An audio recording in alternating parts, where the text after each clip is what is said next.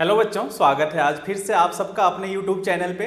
दोस्तों, हमने पहला चैप्टर पूरी तरह से एनसीईआरटी का कंप्लीट कर लिया और उसके प्रीवियस ईयर के भी सारे क्वेश्चंस देख लिए। आज के वीडियो में हम चैप्टर 2 स्टार्ट करने लगे हैं और चैप्टर 2 का नाम है आपका पॉलिनोमियल।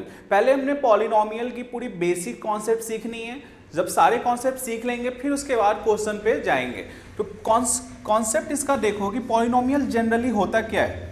पहले आप जनरल इक्वेशन समझते थे कि जो हमारे पास जनरल इक्वेशन है, सपोज करो कि एक हमारा लीनियर इक्वेशन है ax plus B equal to 0।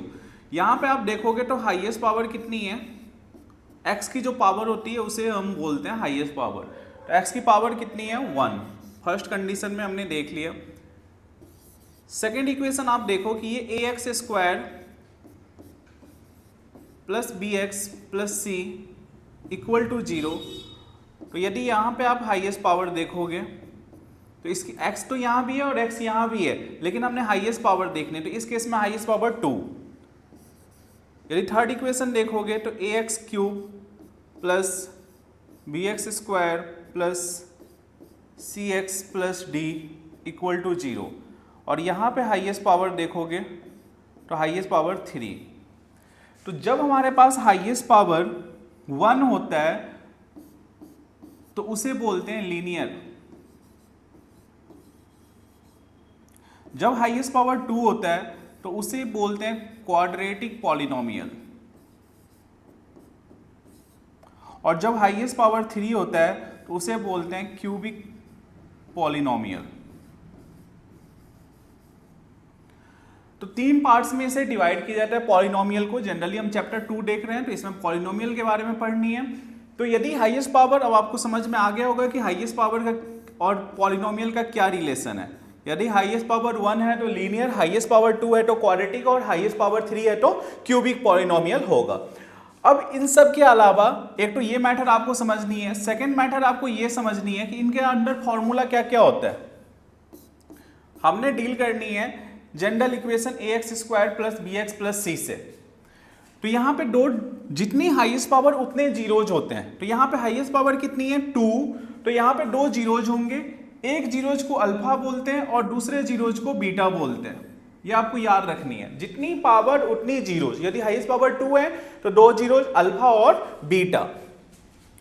Question आ जाता है आपको प्रूव करने को कि एक फॉर्मूला याद रखना है हमें कि अल्फा प्लस बीटा का फॉर्मूला होता है माइनस बी बाई ए, और दूसरा फॉर्मूला याद रखनी है alpha into beta equal to C by A. अब ये अल्फा प्लस बीटा हो क्या रहा है, सम। तो यहाँ पे स्टेटमेंट यूज हो जाता है सम ऑफ जीरोज। तो सम ऑफ जीरोज किसके बराबर हुआ, b किसका कॉफिशिएंट है, b कॉफिशिएंट है आपका x का। तो यहाँ पे हम लिख लेते हैं कि sum of zeros minus coefficient of b divide by coefficient of, coefficient ये किसका था x का, और ये कॉफिशिएंट किसका x स्क्वायर का। एक कॉफिशिएंट किसका x स्क्वायर का। उसी तरह से इन दोनों टर्म को क्या बोलते हैं, प्रोडक्ट ऑफ जीरोज, और ये कांस्टेंट टर्म हुआ डिवाइड बाय a क्या है, कॉफिशिएंट किसका x स्क्वायर का। 2 फॉर्मूले ये हुए। इसके अलावा एक तीसरा फॉर्मूला ये रखना है याद कि जब आपको सम दिया होता है और प्रोडक्ट दिया होता है, क्वाड्रेटिक इक्वेशन निकालनी हो, तो इसका एक जनरल इक्वेशन होता है x square minus alpha plus beta x plus alpha into beta equal to 0। ये क्वाड्रेटिक इक्वेशंस होती है। तो इन्हीं फॉर्मूले पे सारी चैप्टर हमारा पॉलिनोमियल बेस्ड है। यदि आपको ये सारे फॉर्मूले आपको अच्छे से याद रहेगा तो हर एक क्वेश्चन आसानी से समझ लो। कॉन्सेप्ट क्या होता है, एनसीईआरटी के क्वेश्चंस पता है आपको कि यदि आपने मैथ में स्टैंडर्ड लिया हुआ है तो बहुत कम क्वेश्चंस दिखेंगे, लेकिन यदि आपको ये कॉन्सेप्ट दिमाग में रहेगा तो आप सारे के सारे क्वेश्चंस जोड़ कर लोगे। अब एक्स्ट्रा क्वेश्चंस किस तरह के आते हैं वो तो मैं आपको करवा ही रहा हूं, तो यदि आप उसको प्रॉपर गाइडलाइंस के हिसाब से देखोगे तो हमेशा आपको समझ आएगी। अब स्टार्ट करते हैं पहले एक्सरसाइज का क्वेश्चंस। आज के वीडियो में हमने पहले एक्सरसाइज के क्वेश्चंस देखनी है, एक्सरसाइज 2.1 का। पहले एनसीईआरटी कंप्लीट, फिर उसके बाद एक्स्ट्रा क्वेश्चन। एनसीईआरटी से हमने कॉन्सेप्ट सीखना है। अब पहला क्वेश्चन देखो कि exercise 2.1 the graph y equal to px are given in figure 2.10 some polynomial px find the number of zeros of px in each case. हमें नंबर ऑफ जीरोज बता रहा है किसके रिस्पेक्ट में, px के रिस्पेक्ट में बताना है। तो px के रिस्पेक्ट में हमने जब देखनी है इस केस में, तो हमने ये देखना है कि हमारी लाइन x एक्सिस पे कितनी बार कट कर रहा है। हमें यहाँ पे ये देखनी है कि जो लाइन जा रही है हर एक ग्राफ में वो x एक्सिस पे कितनी बार कट कर रही है।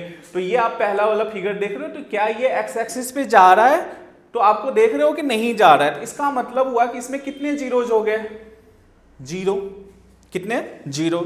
सेकेंड फिगर में आप खुद बताओ कि ये y एक्सिस पे यहाँ पे कट कर रहा है, लेकिन x एक्सिस पे कहाँ पे कट कर रहा है, एक बार पे, तो इसके अंदर कितना जीरोज हो गया, 1।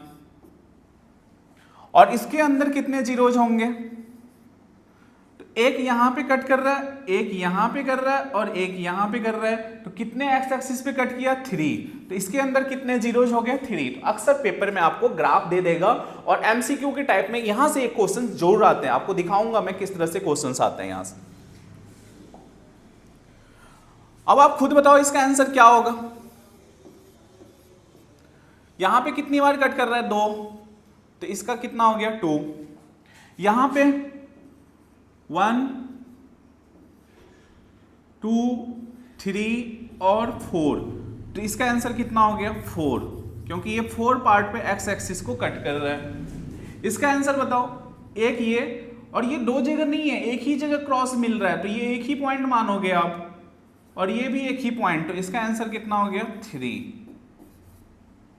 क्लियर है। तो यहां से आपके इसी टाइप के क्वेश्चंस आते हैं एक्सरसाइज 2.1 से, एमसीक्यू के। लॉन्ग क्वेश्चन यहां से नहीं आएगा, तो आपको बस यही चीजें समझ के जानी है कि कहां पे एक्स एक्सिस को कट कर रहा है। जब आप करके जाओगे तो एमसीक्यू में देखते ही आपने तुरंत आंसर में क्या करना है, टिक लगा देना है। ठीक है, उम्मीद करता हूं आज का वीडियो आपको समझ में आया होगा। ऐसे ही सारे वीडियो समझने के लिए आप मेरे चैनल से जुड़े रहो। अगले वीडियो में हम एक्सरसाइज 2.2 करेंगे, फिर उसके बाद प्रीवियस ईयर के कुछ अच्छे क्वेश्चंस देखेंगे। तब तक के लिए thank you and have a nice day.